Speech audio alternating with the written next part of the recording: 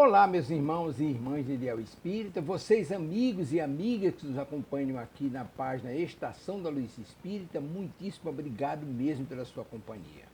A nossa página Estação da Luz Espírita não tem fins lucrativos, o objetivo é a divulgação da doutrina espírita. E é por isso que nós reunimos aqui esta sede de matérias espíritas para que possa atender às suas necessidades, estudo, lazer, pesquisa. Você encontra aqui na nossa página Estação da Luz Espírita os livros da codificação, obras suplementares, entrevistas, palestras e os programas da Web Rádio Estação da Luz de Natal e Web Rádio Cristo Consolador de São Paulo. Ou seja, um acervo que atenda às suas necessidades, sem fins lucrativos. O objetivo é a divulgação da doutrina espírita. E agora eu convido você para nos acompanhar na reprodução de mais esse trabalho imperdível.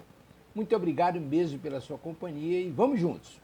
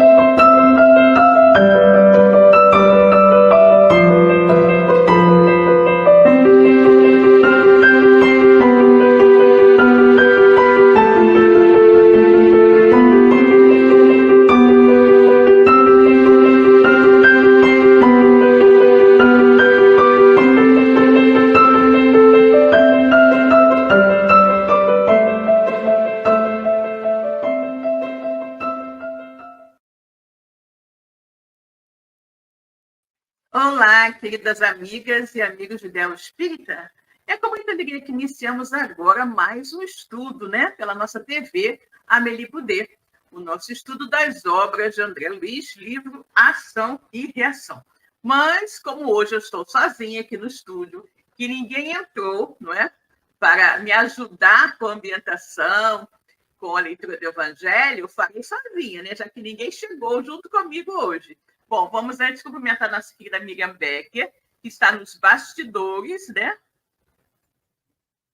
Boa noite, Silvia, a todos. A Miriam dizendo para não esquecer dos likes, né? Quem estiver por aí, não esquecer dos likes. E vamos que vamos, né? Bom, pessoal, eu vou pegar, então, aqui o meu livrinho, Vida Feliz, da Joana de Ângeles, né? Na psicografia do Divaldo Franco, e vou ler uma passagem aqui para vocês, para a nossa ambientação, ok? Então, vamos lá. Vamos ler a passagem de número 60. Vez que outra, dedica algum tempo para meditar a respeito da morte. A morte arrebata os inimigos, os afetos, e te chegará num momento qualquer. Prepara-te todo dia, como se ele fosse o teu último dia na Terra. Acostumando-te a pensar na morte, ela não te ferirá quando passe pela tua porta ou conduza alguém que te seja amado. São Francisco de Assis aguardava com tranquilidade com que capinava o jardim. Graças a Deus, né?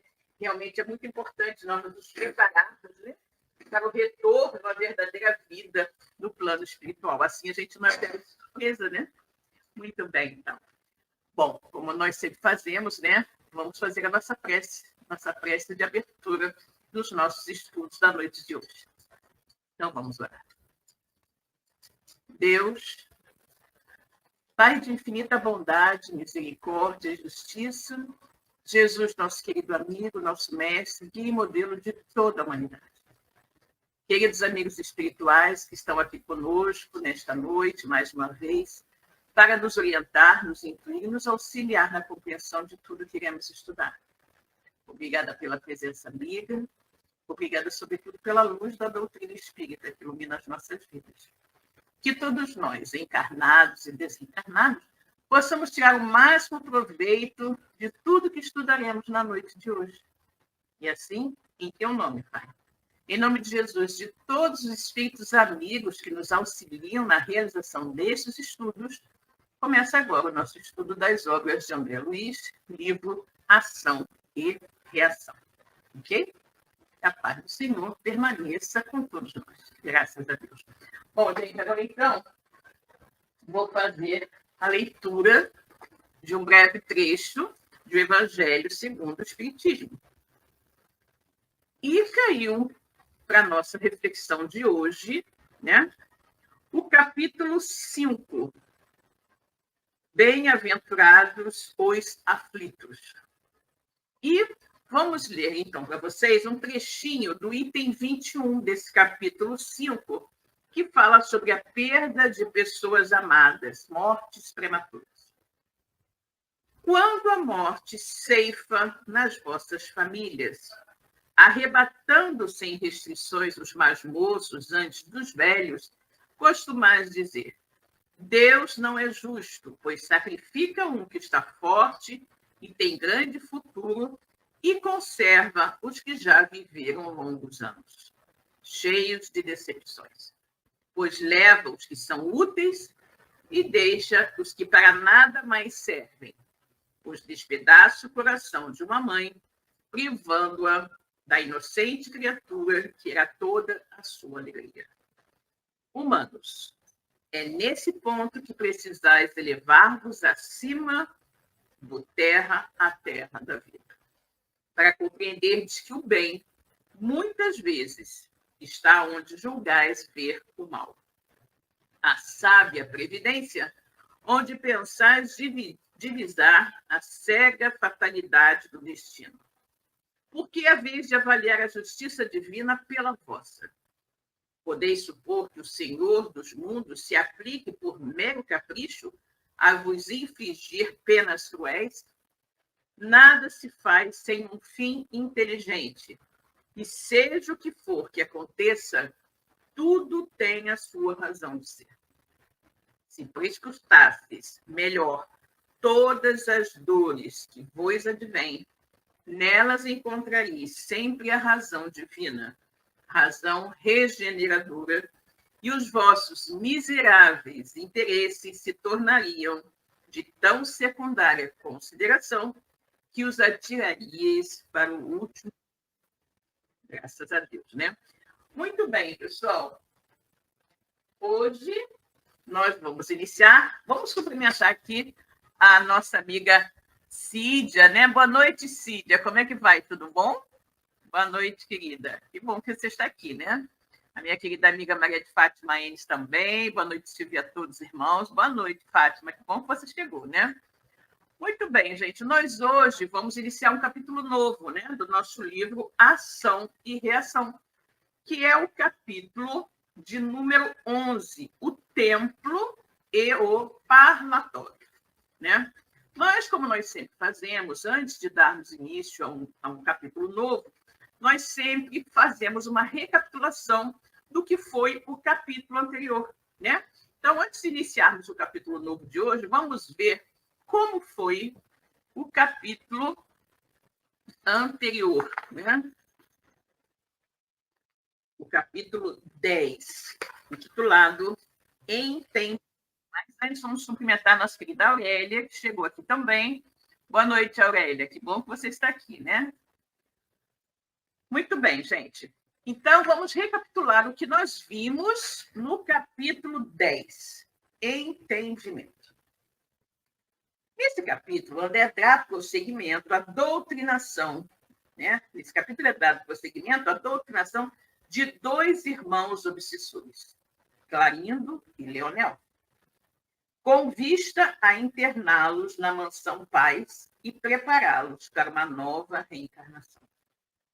No lar de Luiz, a equipe de nosso lar é recepcionada com discrição e carinho pelos dois irmãos. O dono da casa, em reunião com os amigos, comenta as pragas do campo de lavoura, doenças dos animais, a carestia, os negócios frustrados, Mas os dois irmãos situam-se desligados do painel de sombra criado pela conversação pessimista, demonstrando renovação mental. Observando a transformação de Clarindo e Leonel, a equipe benfeitora convida-os a um passeio e os leva a um hospital de movimentada cidade terrestre, onde encontra Laudemira, sendo vigiada pelo espírito Ludovino, informando que a parturiente sofrerá perigosa intervenção cirúrgica, tendo em vista a ausência das contrações, o que está sendo atingida por fluidos anestesiantes despechados pelos seus perseguidores. Silas diagnostica a dificuldade de Laudemira e aplica-lhe passes magnéticos que provocam contrações que irão favorecer o parto normal, livrando-a da cesariana prevista, que seria um risco, tendo em vista que ela se comprometeu em proporcionar a reencarnação de mais 3 entidades dentro do seu plano redentor. Silas aproveita a oportunidade e revela aos obsessores as causas do sofrimento de Laudemira, evocando seu passado em outras vidas, como exemplo da atuação da lei de causa e efeito. Laudemira fora dama na corte de Joana II, rainha de Nápoles, de 1414 a 1435. Casou-se e, enjoada do marido, constrangeu ao duelo com seus pretendentes, indo à morte. Viveu entre prazeres e traições em meio à nobreza, arruinando muitos lares. Desencarnada, viveu 100 anos nas trevas e de volta à carne, por 4 vezes, na condição de mulher, esteve sempre ligada à delinquência. Mas durante esses retornos, seu orgulho sofreu rudes golpes que a libertaram de algumas dívidas, mas contraiu outras. Internada na mansão, foi preparada para receber seus antigos cúmplices como filhos, na esperança de se libertar definitivamente das algemas do passado delituoso. Silas planeja e realiza o encontro dos irmãos Clarindo e Leonel com Alzira, esposa de Antônio Olímpio. Comovidos, os 2 obsessores confessam seus ideais na agricultura e na música, respectivamente. E o instrutor Silas, diagnosticando a renovação sincera de ambos, interna-os na mansão Paz, com a finalidade de prepará-los para uma nova reencarnação. Okay? Então, nós vamos vendo, né, realmente, como nos diz o livro, né, o título do livro, Ação e Reação, tudo que se faz, né, nós vamos acarretar uma reação, né? Toda ação vai redundar numa reação. E esta reação pode vir em forma de cobrança para o espírito delinquente, não imediatamente, ou seja, não na reencarnação seguinte, mas pode passar muito tempo, muitos séculos, até que aquele delito perpetrado pelo espírito possa ser resgatado. Nós vimos aqui que, no caso da Laudemira, ela havia perpetrado o delito em 1400 e alguma coisa, ou seja, no século XV, né? No século XV. E somente agora, no século XX, porque esse livro é do século XX, né? Ou seja, 5 séculos depois, ela tem a oportunidade de resgatar os erros cometidos, né? Bom, vamos cumprimentar nossa querida amiga Rosana. Não estou conseguindo entrar ao vivo. Rosana, minha querida, é o último link que eu mandei. Se você desejar entrar no estúdio, é o último link, tá? É o último link que eu coloquei no nosso grupo de estudos, para que você possa entrar, tá bom? Quem desejar entrar também no estúdio, é só utilizar lá o nosso último link que eu coloquei, e aí vocês estarão comigo aqui no estúdio, tá? Se não, fiquem nesse aí mesmo, tá bom? Bom, gente, então, já vimos o resumo do último capítulo. Vamos agora passar ao estudo do capítulo de hoje, que é o capítulo 11, o templo e o parlatório. Terminada a fase culminante do caso Antônio Olímpio, e interessados na continuidade de nossos estudos, Hilário e eu procuramos o instrutor Druso, que aconselhou solicitamente após ouvir-nos. Compreendo que a mansão em si já lhes terá fornecido elementos básicos a graves conclusões em torno da lei de causa e efeito. Aqui, na maioria dos problemas, quase sempre encontramos os frutos concretos da ação. Olha só. Aqui, na maioria dos problemas, quase sempre encontramos os frutos concretos da ação que fizemos. Vamos ter agora a reação, né? Junto de nós, é possível verificar de perto a colheita do sofrimento em todas as suas fases difíceis e dolorosas, né? Bom, acho que a Rosana conseguiu entrar aqui conosco, né? Pronto, Rosana, já está conosco. Boa noite, querida. Consegui, boa noite. Boa noite, que bom, né? Eu acho que é a internet que está oscilando. É possível, é possível. Às vezes a internet nos prega umas peças, né? Exatamente. Então, ótimo. Bom, e aí nós estamos lendo aqui o iniciozinho do nosso capítulo, né? Hoje, gente, eu queria pedir desculpa a vocês, porque a imagem está muito escura. Por quê? Porque o meu abajur, que eu costumo acender aqui do lado para deixar a imagem mais clara, ele queimou. Então, eu estou providenciando ainda o reparo dele, por isso que a minha imagem está tão escura, porque eu estou sem o abajur aqui que melhora, né? Mas a gente vai levando assim mesmo, tudo bem. Então, o que acontece, né? Ele nos lembra que é possível observar lá na Mansão Paz, né, os efeitos das ações infelizes que nós cometemos, né? Então, ele continua. A região infernal permanece superlotada de contas maduras. Aqui, a sovinice suporta o azinhavre de atrozes padecimentos. O crime defronta com todas as espécies de angústia no remorso tardio. E a delinquência responsável é surpreendida pelas trevas que lhe agravam as amarguras, porque as coletividades dos lavradores culpados pela plantação de tantos espinheiros não dispõem de coragem para recolher o fruto envenenado da sementeira a que se afeiçoou. Gente, eu vou ver, acho que o meu abajur chegou aqui, vou conseguir ver se eu consigo ligar. Só um momentinho.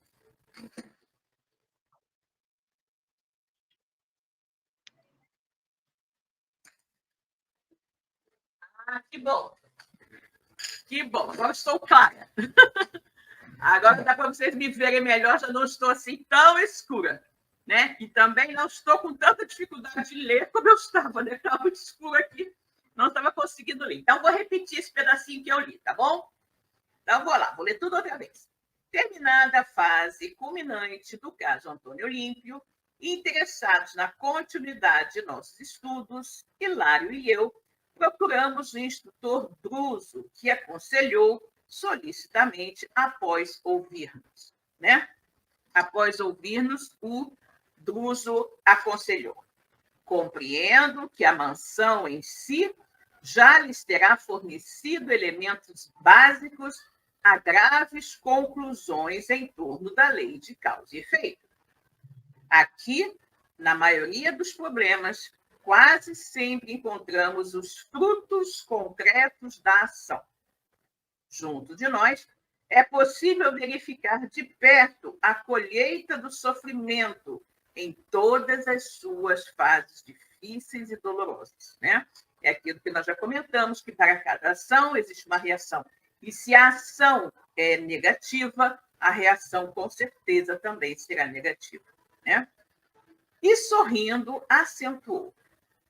A região infernal permanece superlotada de contas maduras. Aqui, a sovinice suporta o azinhavre de atrozes padecimentos. Ele começa a enumerar os erros, né, as ações negativas que vão resultar em reações também negativas. Então, ele fala, né, a sovinice suporta o azinhavre de atrozes padecimentos. O crime defronta com todas as espécies de angústia no remorso tardio. E a delinquência responsável é surpreendida pelas trevas que lhe agravam as amarguras, porque as coletividades dos lavradores culpados pela plantação. Aí observa, gente, ele está nos chamando, né, de lavradores. Por quê? Porque nós estamos semeando, né? A todo instante nós estamos semeando como lavradores. Então, nós estamos semeando a semeadura livre, mas a colheita daquilo que nós tivermos semeado será obrigatória. Então, ele está aqui fazendo uma alegoria, chamando a humanidade em si como um grupo de lavradores, né? Então, ele diz: as coletividades dos lavradores culpados pela plantação de tantos espinheiros não dispõem de coragem para recolher o fruto envenenado da sementeira, né? A sementeira que se afeiçoou. Exatamente. E aí nós vamos pensar, né? Quando você está lá semeando as suas sementinhas, né? Semente de orgulho, semente de maldade, semente de impiedade, né? De maledicência, né? Às vezes de calúnia. Quando você está fazendo essas ações negativas, ou seja, está plantando esses espinhos, você não está nem preocupado com o momento da colheita, né? Você faz sem pensar que aquilo vai voltar para você, né? Então, você é aquele lavrador irresponsável que semeia o que quer. Só que na hora de colher aquilo que você plantou, em geral, você não quer, né? Então, é o que ele diz aqui. No final das contas, o lavrador irresponsável não tem coragem para recolher o fruto envenenado da sementeira que ele fez, né? E aí, o que acontece? Aí você, quando começa a vivenciar a necessidade de colher o que você plantou, você começa a não gostar, né? Ou seja, as pessoas querem plantar espinhos e colher margaridas, não dá. Se você plantar espinhos, você vai ter que colher espinhos. Agora, se você quer colher margaridas, você tem que plantar margaridas. Isso significa que nenhuma ação infeliz vai ficar livre de uma reação infeliz também. Entendeu? Então, tudo aquilo que nós fazemos, se nós não queremos ter uma colheita de espinhos, nós não devemos plantar espinhos, né? Isso é muito bom para que as pessoas se conscientizem de que mais cedo ou mais tarde, toda ação negativa que fizerem, né, toda ação negativa que fizerem irá acarretar uma reação negativa para elas mesmas, né? Então, se você não quer passar por dificuldades, não faça nada de ruim, né? E aí a gente vai lembrar aquela frase do Chico, né? O passado, né? O que eu fiz no passado já está feito, não tem como mudar, né? Mas eu posso mudar o meu comportamento do presente e fazer um futuro mais feliz para mim. né? Então, é aquilo que a gente tem que pensar. Se você errou no passado, errou por desconhecer, né, que aquilo iria lhe acarretar problemas, hoje você sabe que vai. Né? Então, mude o seu comportamento de agora para que você efetivamente possa preparar um futuro mais feliz para você. Ok? Bom, Rosana está com o seu livro aí na mão? Rosana? E acho que ela congelou. Oi, Rosana, está ouvindo? Acho que você não está me ouvindo. Oi, você está sem som, você está sem som. Liga seu som. Não, está sem som ainda. Agora. Foi. Tá. Ok. Tá, ligou. Uhum. Você pode aumentar um pouquinho seu som? Você consegue aumentar um pouquinho seu som? Tô? Ficou mais alto? Não, acho que você está congelando muito, Rosane. Eu ia pedir para você ler para a gente, mas eu acho que você não vai conseguir. Minha internet está péssima. Então deixa, que eu vou lendo aqui mesmo, para você não ficar mal. Então vamos lá, gente, continuando. Desorientados e dementes sublevam-se contra as flagelações que geraram e caem nas profundezas da rebelião e do desespero. Exatamente.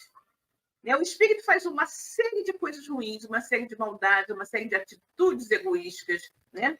Maldosas, e no final, quando ele desencarna, que aí ele vai ter que prestar contas de tudo aquilo que ele fez, o que acontece?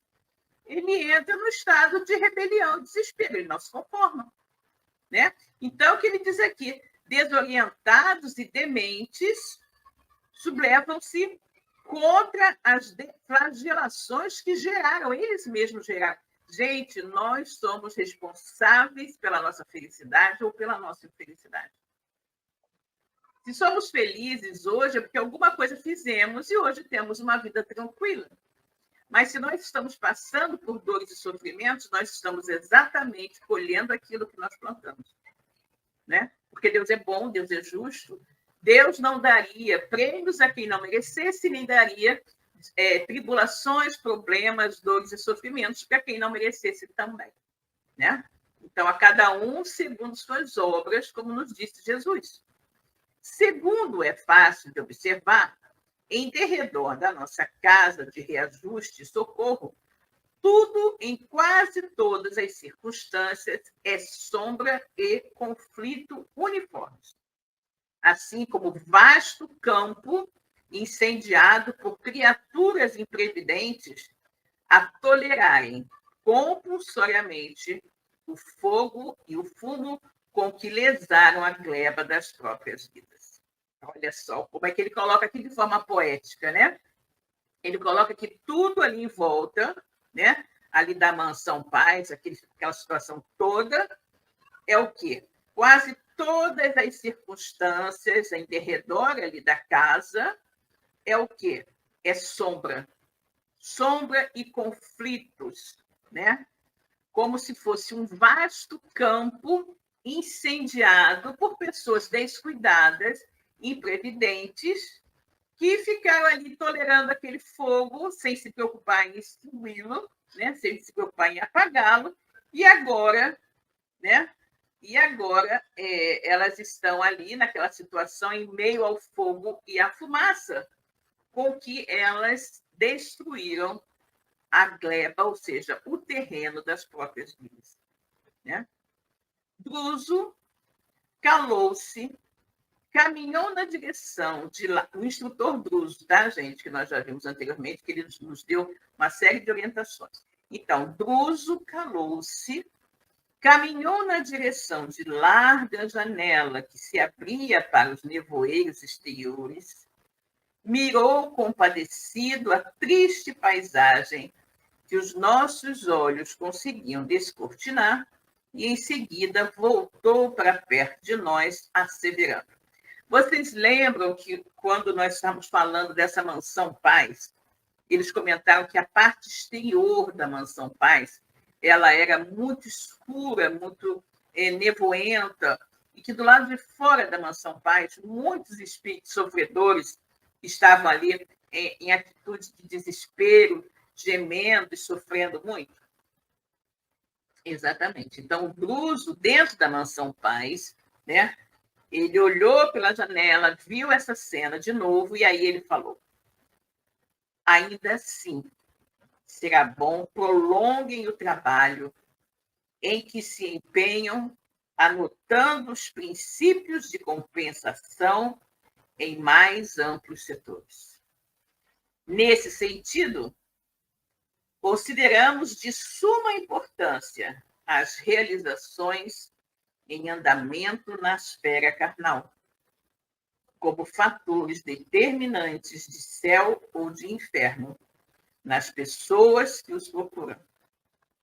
Razão porque auguramos aos dois o melhor aproveitamento nas atividades que venham a empreender, na zona de relações entre nossa casa e o homem comum, não distante, né?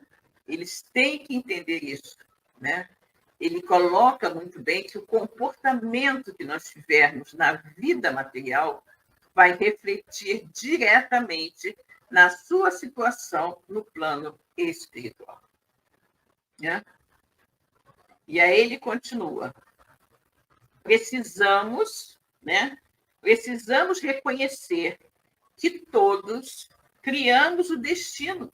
Exatamente. É por isso que nós sempre dizemos que nós somos herdeiros de nós mesmos, né?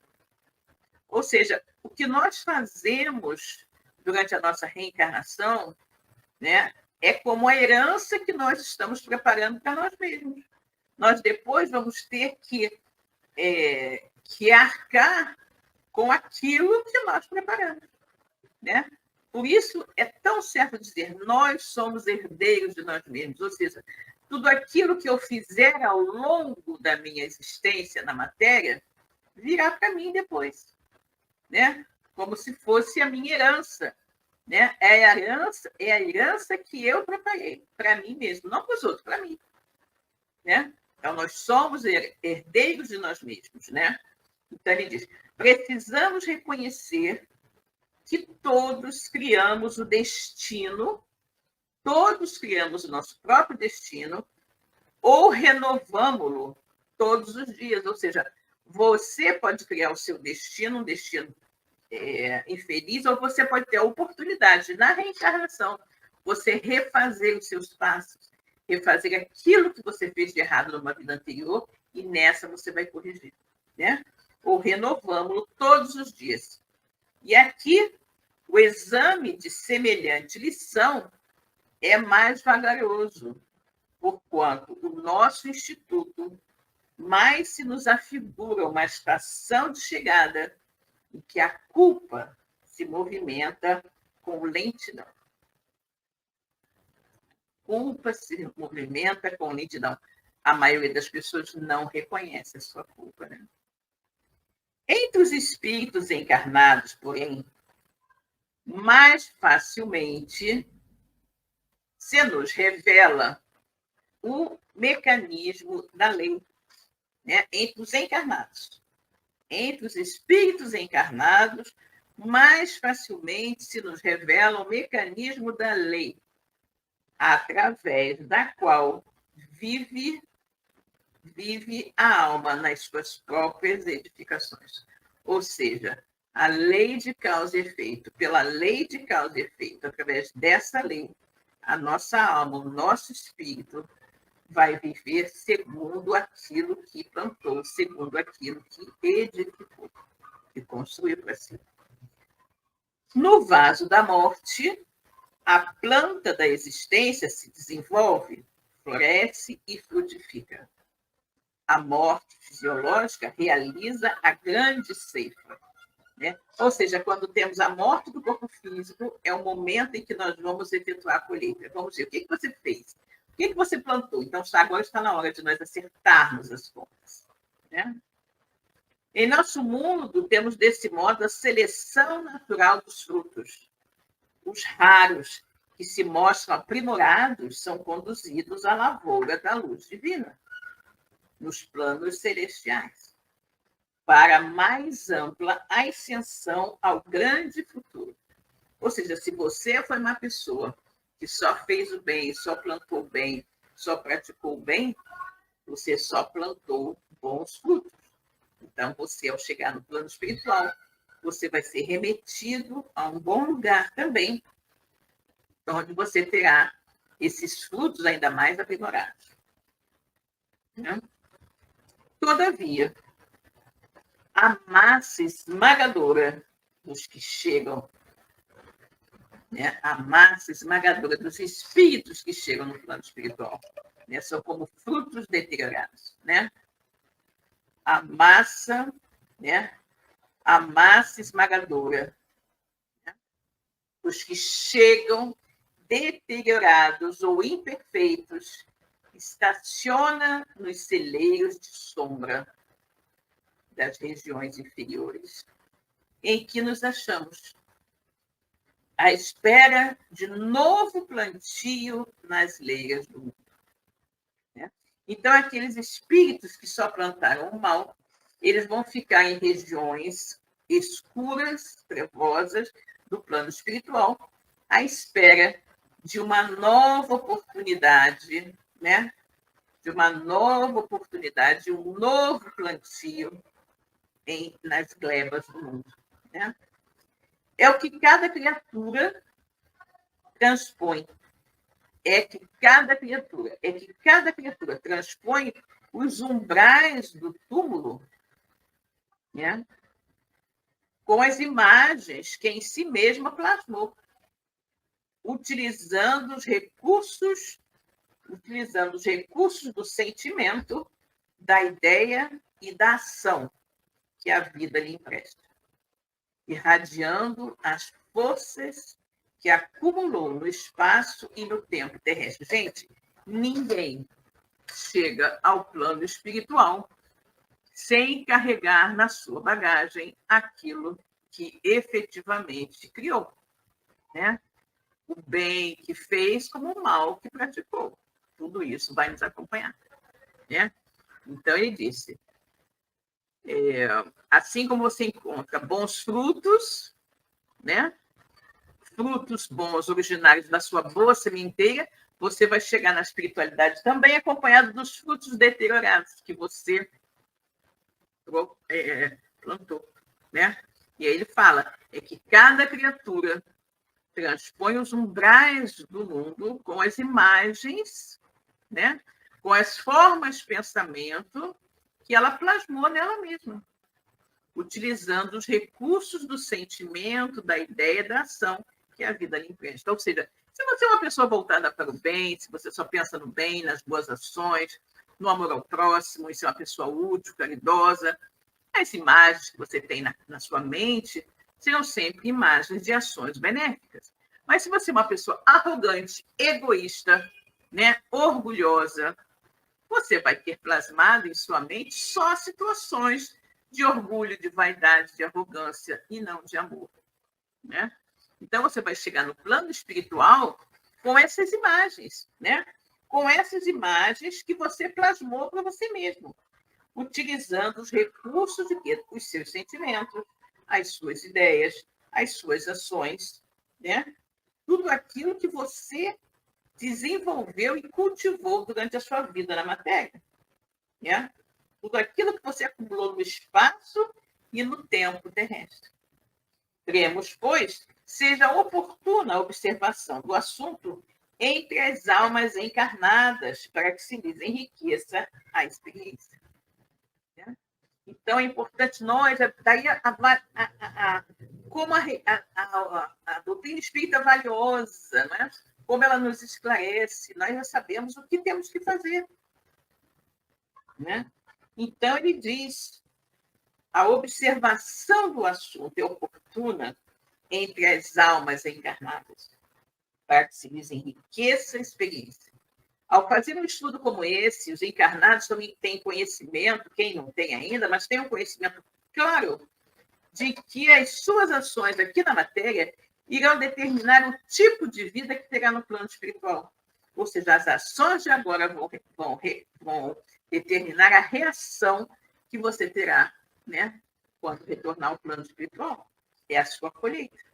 Né? Você semeia agora o que você quiser, mas a colheita depois você vai ter que fazer no plano espiritual, né? Então, ele continua. Aquelas ponderações ditas em tom paterno comoviam-me intensamente. Druso pronunciava-as com afabilidade e tristeza, não obstante sorrisse. Como sempre, encantado com a sua personalidade, dificilmente abordável no conjunto, silenciei, acatando-lhe as manifestações, mas Hilário perguntou irrequieto, valendo-se da pausa que surgia. Ou seja, o André, diante das ponderações do Druso, né, ele fica sempre muito encantado com as colocações do Druso e tal, e fica quietinho. Mas o Hilário é diferente, né? O Hilário aproveitou que o Druso fez uma pausa no que estava dizendo e foi logo perguntando, né? Que nos sugere, porém, a fim de que atendamos aos estudos a que se reporta. Que nos sugere a fim de que atendamos aos estudos a que se reporta. E aí o Druso respondeu para ele.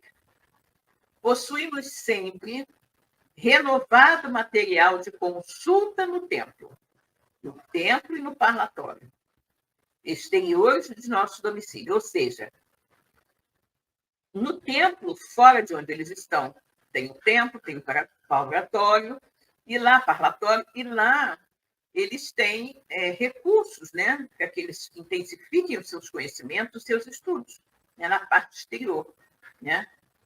Então, ele diz, usualmente frequentados esses templos por irmãos do plano físico, provisoriamente desligados da habitação corpórea por influência do sono. Então, ele tem esses ambientes no plano material, né? E, durante o desprendimento do sono, muitos encarnados têm acesso a esses locais e vão lá, né? Em busca de socorro. Dispomos aí de antecedentes, de atendentes numerosos, que lhes coletam as reclamações e registram os problemas para orientarmos com segurança o nosso esforço de paz e cooperação. É interessante, assim, que os amigos se incorporem durante alguns dias às nossas equipes de serviço, colaborando conosco e relacionando apontamentos diversos, né? Então, ele está dizendo que os amigos espirituais ficam ali acompanhando os encarnados durante o trabalho mediúnico, né? E aí ele oferece para André e Hilário ficarem ali também e terem uma participação mais ativa nos trabalhos mediúnicos que estão ali realizados, né?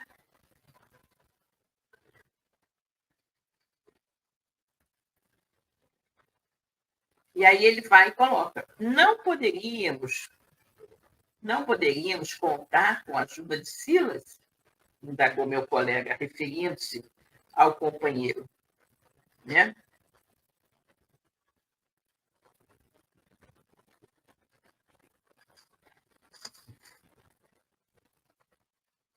E aí ele diz, né? Não poderíamos contar com a ajuda de Silas, indagou meu colega, referindo-se ao companheiro, cuja presença para nós significava alegria e coragem. Exatamente, o Silas é o instrutor deles, né? O companheiro mais experiente e tudo mais. E aí o que acontece? O instrutor contemplou-nos de maneira expressiva e comentou, surpreendendo-nos. Não fosse o objetivo das informações que coligem, e certo não nos seria possível permitir que o assistente mencionado lhes tutelasse a recolta de ensinamentos. Sabemos, contudo, que o trabalho em andamento se destina a instruções para a esfera dos companheiros reencarnados e semelhante tarefa nos obriga a considerar a petição. Então, você veja bem, né? O que ele está dizendo aqui? Que se não fosse, né, o objetivo das informações, né, que eles estão querendo obter, não seria possível permitir que Silas ficasse com eles. Mas, né, como trabalho, ele diz, como trabalho em andamento se destina a instruções para os companheiros reencarnados, né, e semelhante tarefa os obriga a considerar o pedido deles, né? O obriga a considerar o pedido deles de estarem com Silas. Realmente, não lhes convém qualquer perda de oportunidade ou de tempo. E, embora sejam atualmente enormes as responsabilidades de Silas em nossa casa, não vejo como privá-los do companheiro, e, sem dúvida, é aqui o depositário imediato de nossa melhor confiança. Então, vocês vejam, né, como interessante o trabalho do Silas, como é importante, e como o amigo espiritual disse, se não fosse, né, pela necessidade de aprendizado deles, o Silas não seria liberado para acompanhá-los. Né? Mas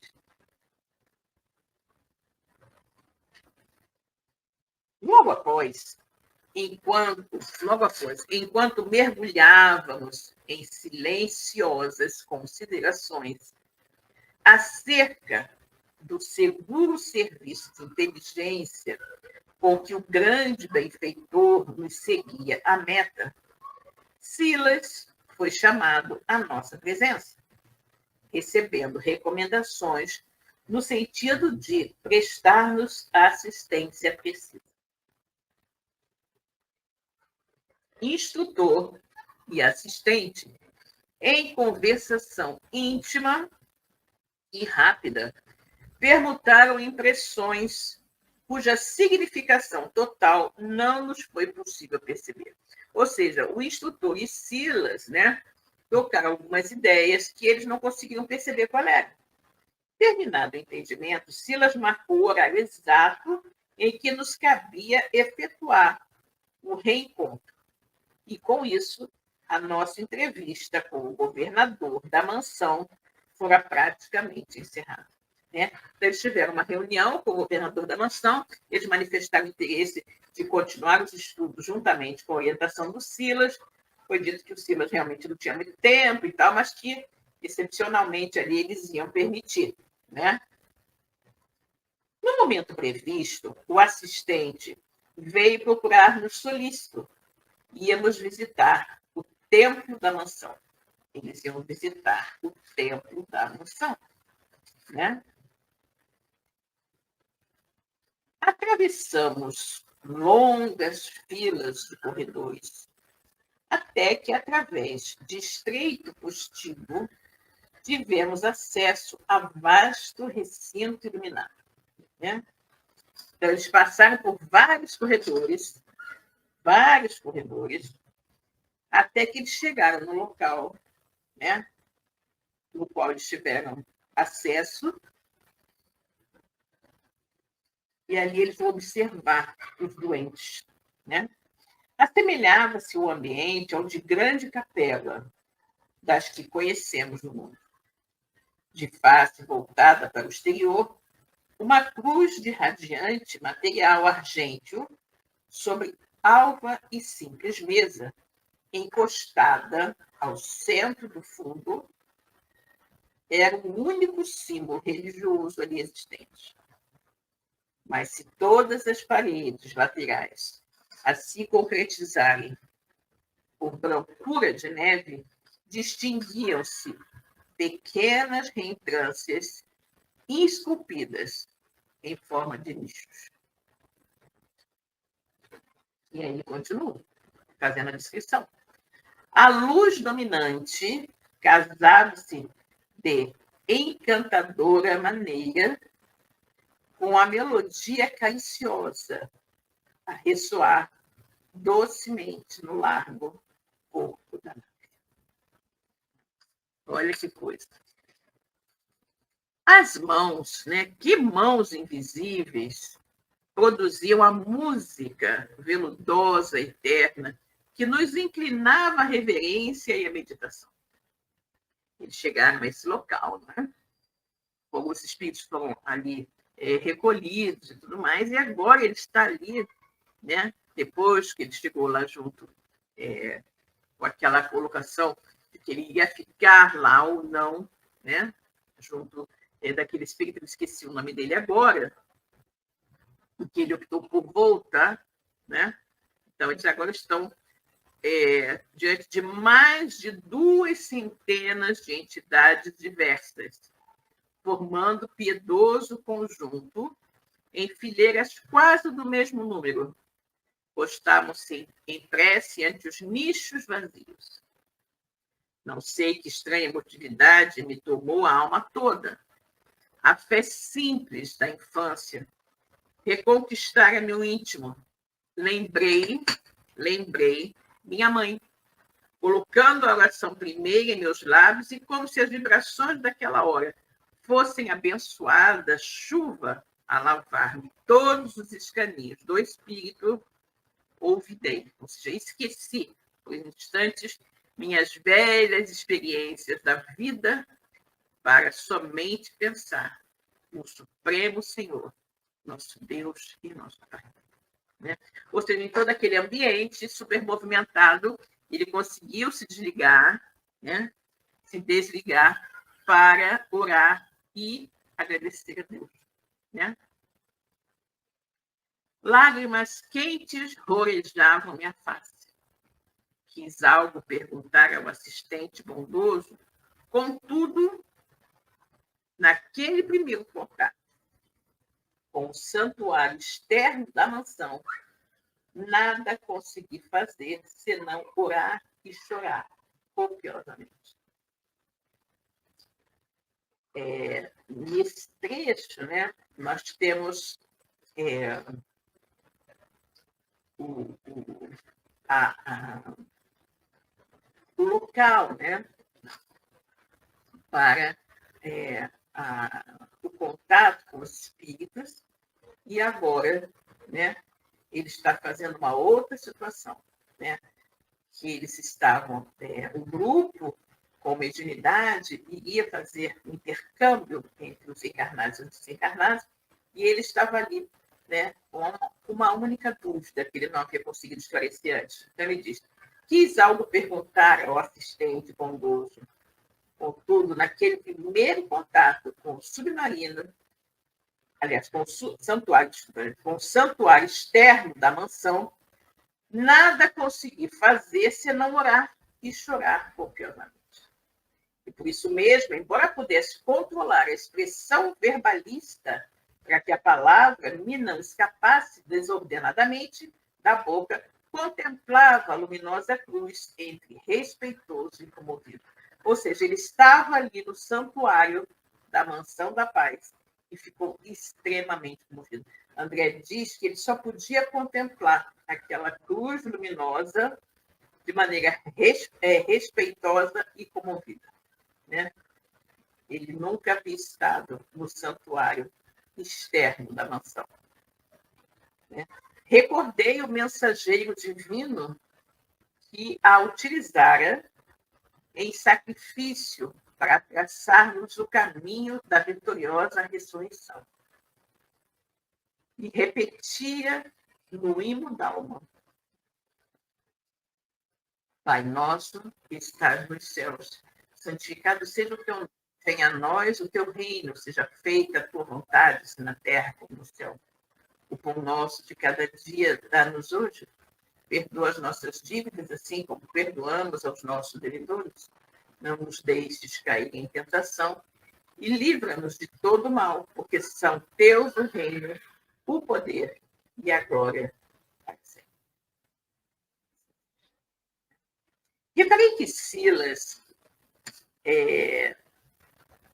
me acompanhava os menores movimentos interiores, né? Silas estava acompanhando todos os movimentos de André, e André percebeu.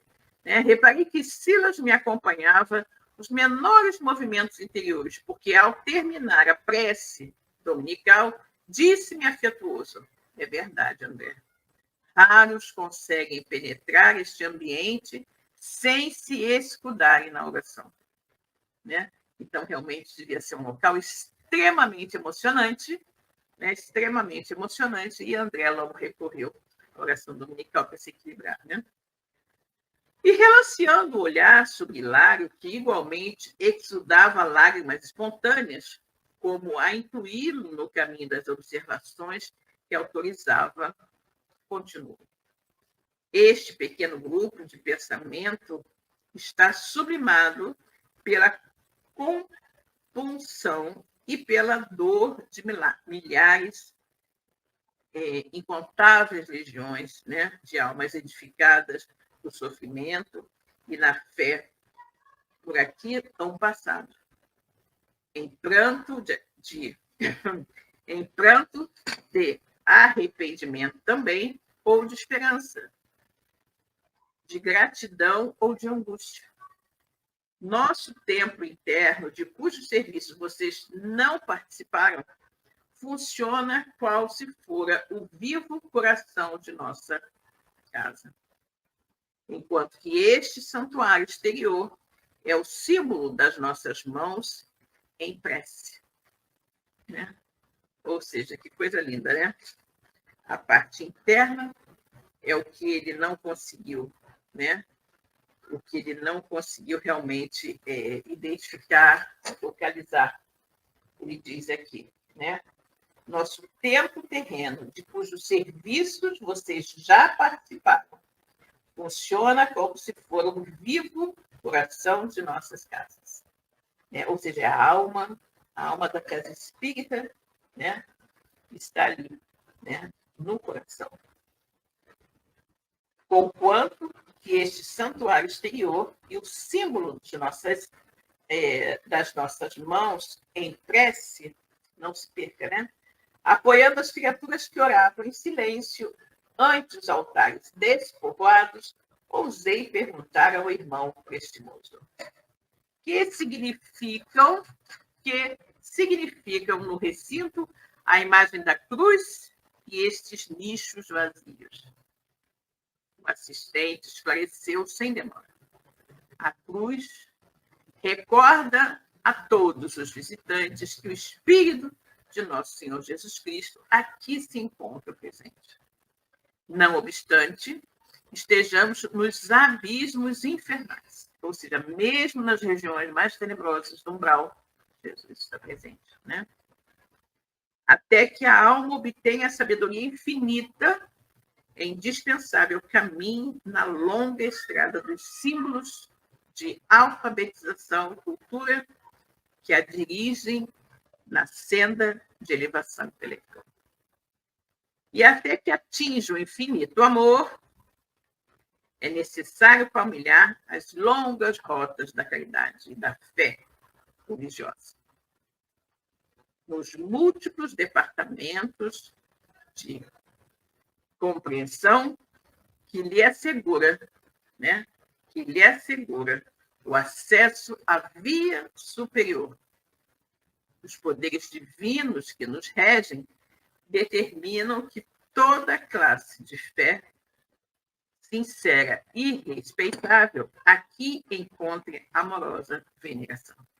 Né? Então, nós estamos vendo aqui que as preces, né, mesmo aquelas preces, aquelas orações, mesmo que não sejam feitas no recinto, né, da casa espírita, elas também têm muita força e muito poder.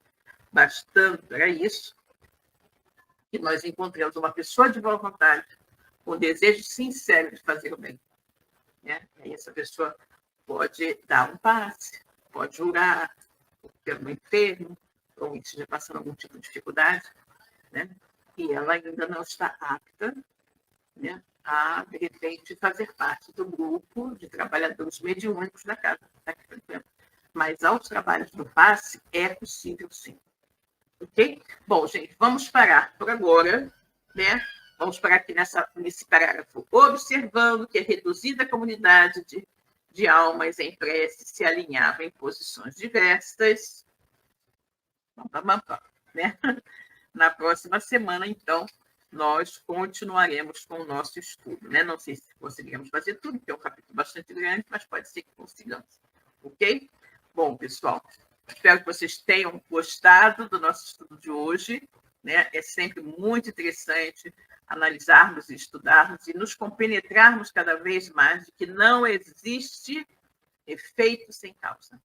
E que se eu quero um efeito bom, eu tenho que buscar uma causa boa.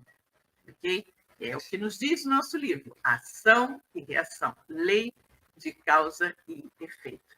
Né? Nada fica impune. Não podemos nos esquecer jamais. Tudo aquilo que fizermos será nossa testemunha de absolvição ou de acusação. Ok? Então, uma boa noite para todos. Fiquem com Deus e até a próxima semana. Tchau. Chegamos ao final da nossa atividade. Muitíssimo obrigado mesmo pela sua companhia e espero você no próximo evento.